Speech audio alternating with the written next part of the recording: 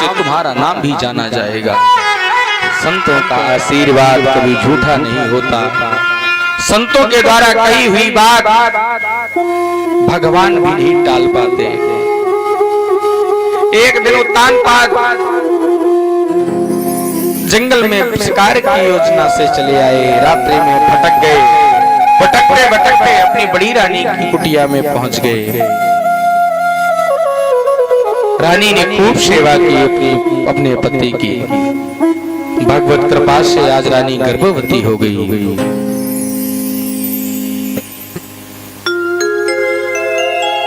और महाराज ये पहुंच गए। सुबह होने के बाद राजा अपने घर अपने महल पहुंच गए। सुंदर समय आया। कुछ समय बाद सुनीति को सुंदर एक बालक ने जन्म लिया। उधर महाराज छोटी रानी भी गर्भवती हो गई और थोड़े समय के बाद छोटी रानी ने भी सुंदर बालक को जन्म दिया।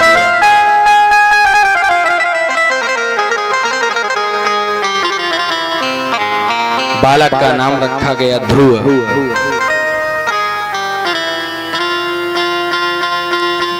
छोटी आयु का है, लेकिन संतों के आशीर्वाद से पुत्र उत्पन्न हुआ है। तो महाराज तेजोमय है, गुणवान है, भक्तवान है, भगवान की सेवा पूजा करने वाला है।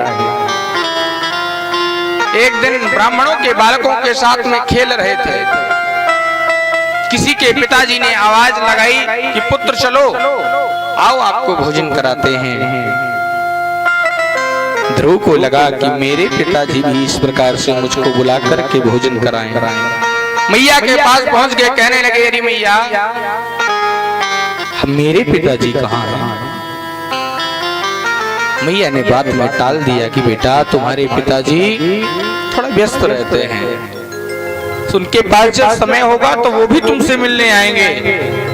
बालक को बातों बातों में बहला देते हैं।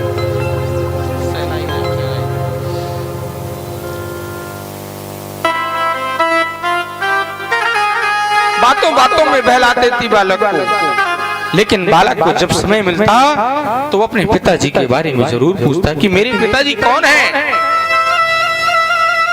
एक दिन बालकों ने खेल खेल में कह दिया, अरे तेरे तो पिता का भी पता नहीं कौन है तेरा पिता। उदास हो गए ध्रुव जी महाराज। पुनः मैया के पास आए। बोले, मैया,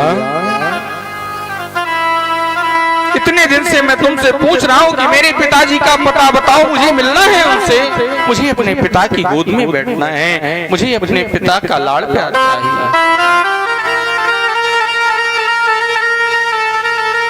मैया ने आज कह दिया, पुत्र, तुम्हारे पिताजी कोई साधारण व्यक्ति नहीं है। अरे हमारे नगर के जो महाराज है ना,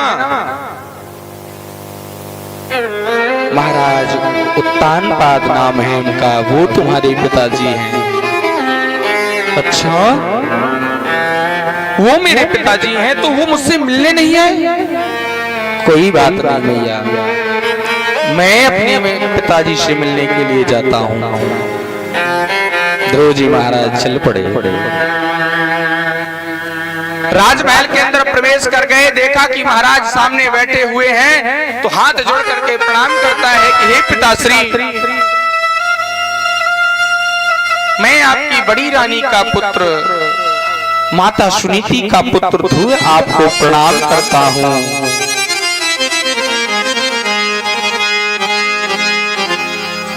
राजन को पता चला कि ये मेरा पुत्र है और देखो तो कितना शिष्ट है।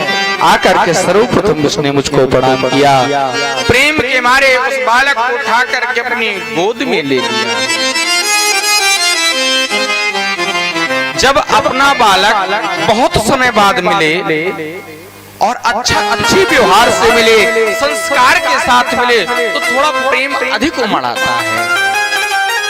गोद से ले लिया, हृदय से लगा लिया उस बालक को, प्रेम करने लगे। लेकिन वहीं पर छोटी रानी ने देखा कि अरे ये मेरी सौतन का पुत्र आकर के आज गोद पर बैठा है, ये मेरे पुत्र से बड़ा है तो कल राजगद्दी पर बैठने का विचार बनाएगा, मन बनाएगा। नहीं नहीं, राजा तो मेरा ही पुत्र बनेगा, मेरी सौतन का पुत्र राजा नहीं हो सकता। अरे अगर इसी को राजा बनाना होता तो मैं इसकी माँ को जंगल क्यों भिजवाती? नहीं महाराज। ध्रुव जी महाराज का हाथ खींच करके महाराज की गोद से नीचे पटक, एक छोटा सा बालक सिसक कर वहीं पर खड़ा हो गया, बैठ गया। उत्तान महाराज एक शब्द नहीं बोले। अरे बोल देना चाहिए कि अरे छोटा बालक है, मैंने गोद में ले लिया तो कौन सा अपराध हो गया? नहीं महाराज कुछ नहीं बोले। अरे यहाँ तक कि सुरुचि ने कह दिया कि पुरुषम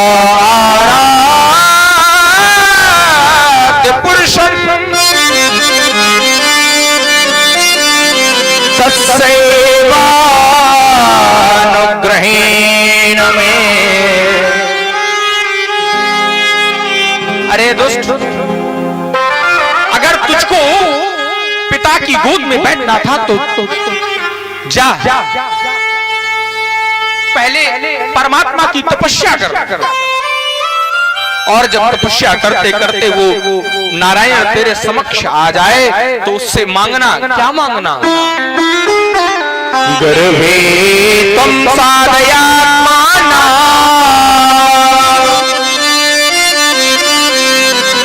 उससे मांगना कि तुम मेरी गर्भ से जन्म लो। यदि इच्छसि कृपासनम्, यदि तुमको राजा का आसन चाहिए तो जाओ पहले तपस्या करो, तपस्या करके उस परमात्मा को प्रसन्न करो, और प्रसन्न करने के बाद उससे कहना कि तुम अगला जन्म तुम्हारा मेरे गर्भ से हो, फिर तुम इनकी गोद पर इस गद्दी पर बैठना।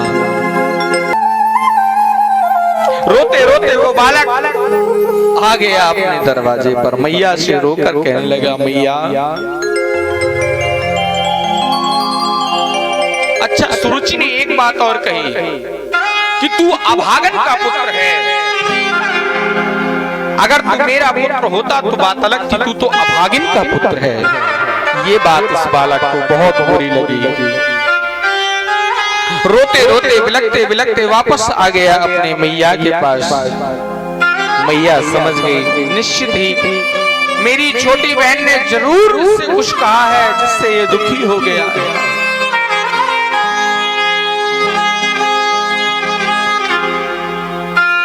अब तो आगे जाकर के मैया ने कहा, बेटा क्यों रो रहे हो, क्या कारण है? बालक रोने लगा, मैया के आंचल से लिपट गया, हृदय से लग गया मैया के। मैया क्या मेरा अधिकार पिता की गोद में बैठने का नहीं था? मैया ने कहा, क्यों नहीं था बालक, क्यों नहीं था बेटा? बिल्कुल था। तो मेरी छोटी मैया ने हाथ पकड़ करके मुझको नीचे क्यों उतार दिया? क्या पिता की गोद में मेरा बिल्कुल भी अधिकार नहीं है? पिता का प्रेम मुझको प्राप्त नहीं हो सकता? और मैया एक बात बताऊं, उन्होंने कहा कि तू अभागन का पुत्र है। ये बात मुझको बुरी लग गई मैया। क्या तुम अभागन हो? चलो ठीक है, मैया ने कहा सो कहा, लेकिन पिताश्री ने एक बार भी मैया से नहीं कहा कि तुम ऐसे मत बोलो। पिताजी शांत होकर मौन होकर के सारी बातें सुनते रहे। मैया ने समझाया कि बेटा कोई बात नहीं, देखिए ये है सुनीति। अगर विचार करिए कि उसकी जगह आप होती तो आप क्या करते? महाराज बालक को लेकर के पहुंच जाती और झगड़ा करने लगती, लेकिन ऐसा नहीं कहा। सुनीति ने कहा कि बेटा तुम्हारी छोटी माँ ने बिल्कुल सत्य कहा है। अरे मैं अभागिन ही तो हूँ, अगर मैं अभागिन ना होती तो यहाँ जंगल में होती। और देखो तुम्हारी छोटी माँ ने कहा कि बेटा जाकर के भगवान की तपस्या करो, तो ये तो अच्छी बात कही है ना। आज तक मैंने तुमसे नहीं कहा कि तुम तपस्या करो, लेकिन तुम्हारी छोटी माँ ने तुम्हें ये उपदेश दिया। अरे वो तो तुम्हारे गुरु की समान है, जो आज तक पहली तो गुरु ऐसे ही माँ होती है, लेकिन जो बात आज तक मैंने नहीं बता पाई तुमको, आज वो तुम्हारी छोटी मैया ने तुम्हें बता दिया। सही तो कहा उसने कि जाकर के तपस्या करो, अच्छी बात है। ठीक है मैया, यदि तुम कह रही हो तो मैं मान जाता हूँ, मैं तपस्या करने जाऊंगा। मैया ने कहा अभी नहीं जाना बेटा, अभी तुम्हारी आयु बहुत छोटी है, बहुत अल्प आयु के हो।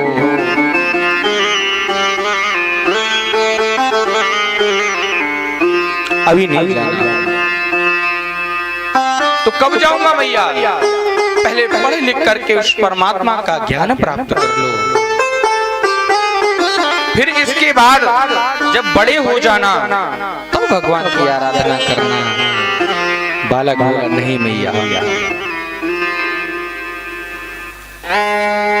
अब तो मैं उस परमात्मा का दर्शन करके ही रहूंगा, उसको प्राप्त करके ही रहूंगा। मैया ने कहा नहीं बेटा, ऐसा नहीं कहते, अभी नहीं।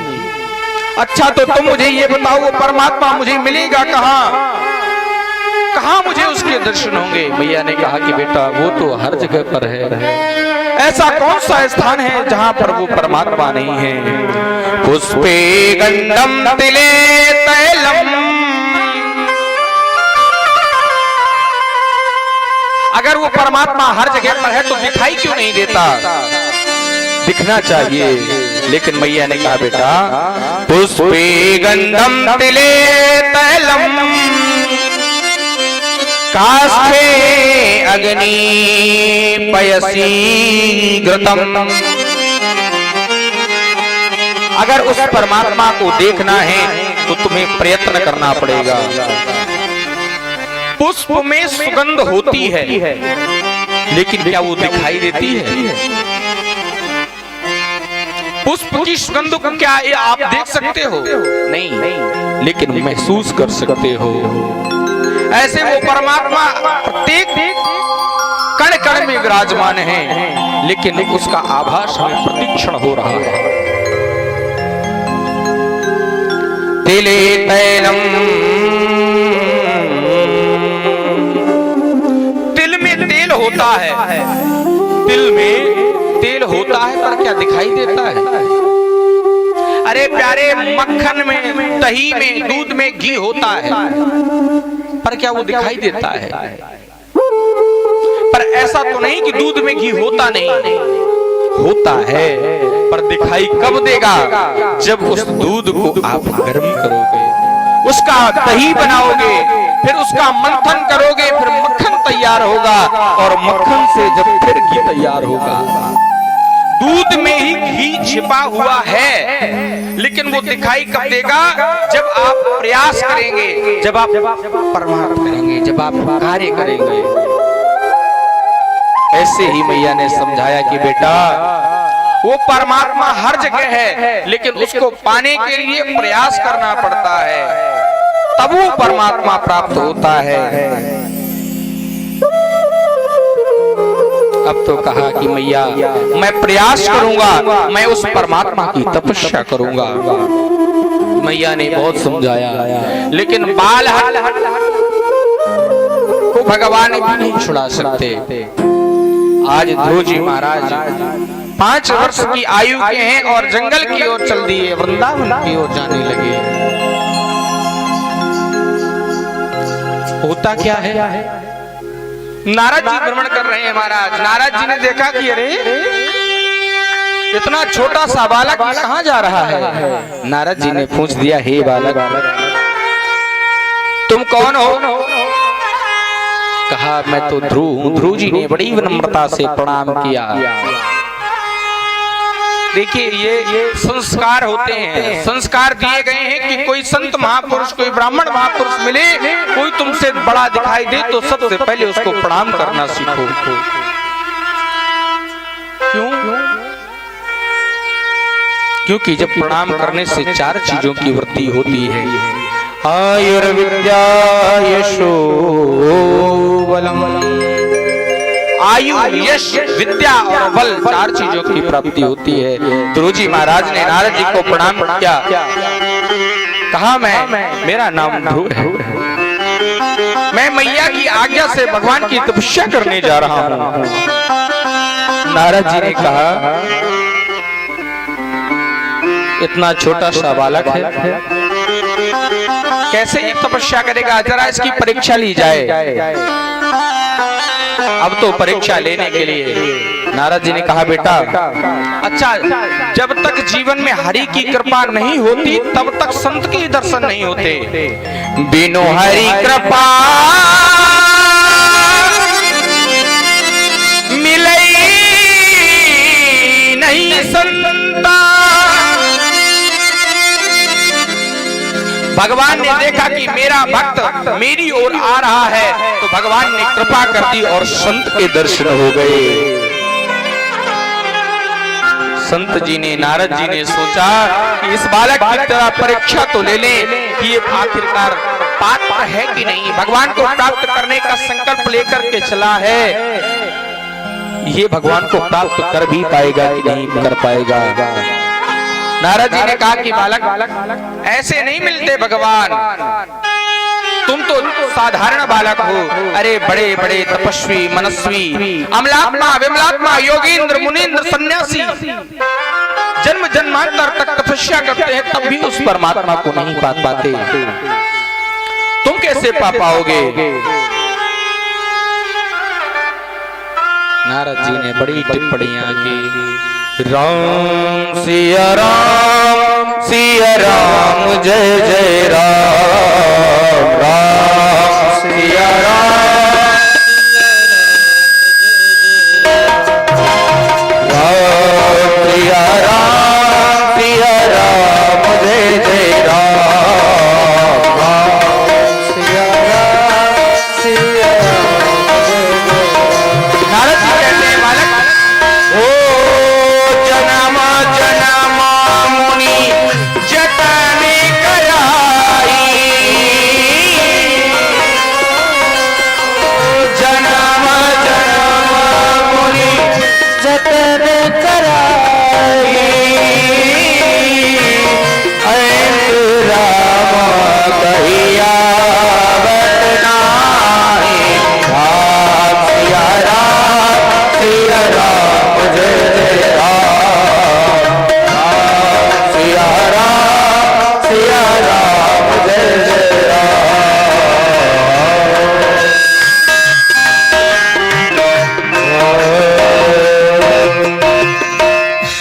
जन्म जन्म तक ऋषि मुनि तपस्या करते हैं तब भी उस परमात्मा को नहीं पा पाते।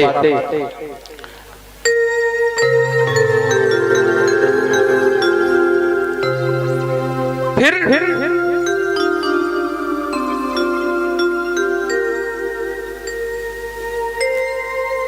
नारद जी समझाने लगे बालक को, लेकिन बालहट बड़ी प्रबल होती है, बालहट क्रियाहट बड़ी प्रबल होती है प्यारे, इनको समझाने का कोई लाभ नहीं होता।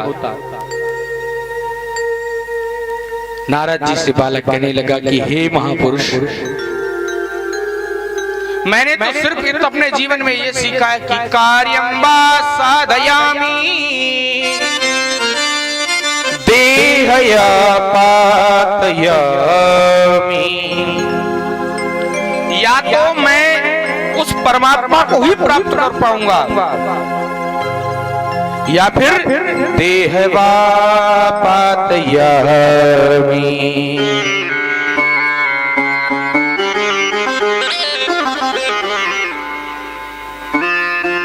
या तो मैं अपने शरीर को ही नष्ट कर दूंगा लेकिन उस परमात्मा के दर्शन का संकल्प लेकर के मैं निकला हूं तो मैं लौटूंगा नहीं। नारद जी जान गए कि ये सच्चा चेला है, पक्का चेला है महाराज। नारद जी ने कहा कि कुछ जानते हो, मंत्र तंत्र कुछ पूजा पाठ जानते हो, कैसे कैसे करोगे? कहा ये तो मैं नहीं जानता। नारद जी ने कहा ठीक है भैया, हम बताते हैं, क्योंकि ये गुरु है। जब तक जीवन में गुरु नहीं आता तब तक भी भगवान नहीं मिलते। गुरु एक माध्यम है, आत्मा और परमात्मा के बीच में जो महात्मा रूपी गुरु है वो इन दोनों को मिलाने का कार्य करता है। जब तक गुरु नहीं होगा तब तक आपको भगवान दर्शन नहीं होंगे। क्यों? क्योंकि गोस्वामी तुलसीदास जी लिखते हैं कि गुरु बिन भवनिधि तरई न कोई। गुरु के बिना किसी का उद्धार नहीं है। और बालक तो निकल पड़ा है, इसको गुरु का ज्ञान भी नहीं है। इसलिए आज नारद जी गुरु बन करके उपदेश दे रहे हैं। 12 अक्षर मंत्र का उपदेश दिया बालक को। कहा जाओ 12 अक्षर मंत्र जानते हैं किसको कहते हैं? ओम नमो भगवते वासुदेवाय।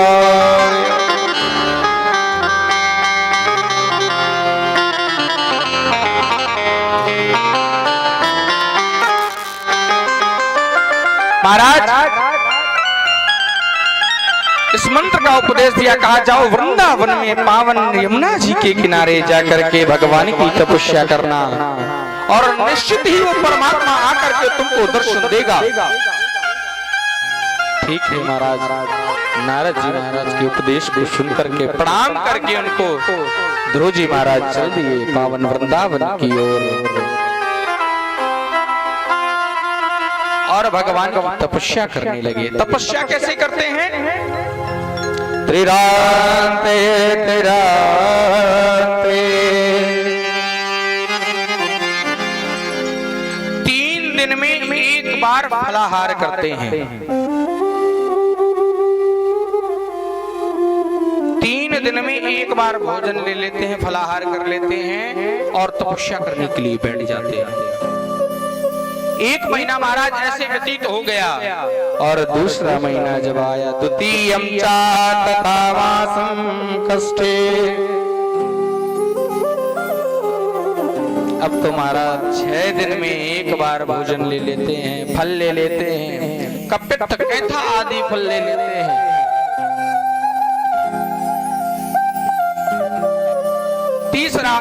दूसरा महीना व्यतीत हो गया महाराज, तीसरा महीना आ गया। अब तीसरे महीने में 9 दिन में एक बार जल पी लेते हैं। कैसी घोर तप है ये। एक 5 वर्ष की आयु का बालक ऐसा भयंकर तप कर रहा है कि मात्र 9 दिन में एक बार जल को पीता है।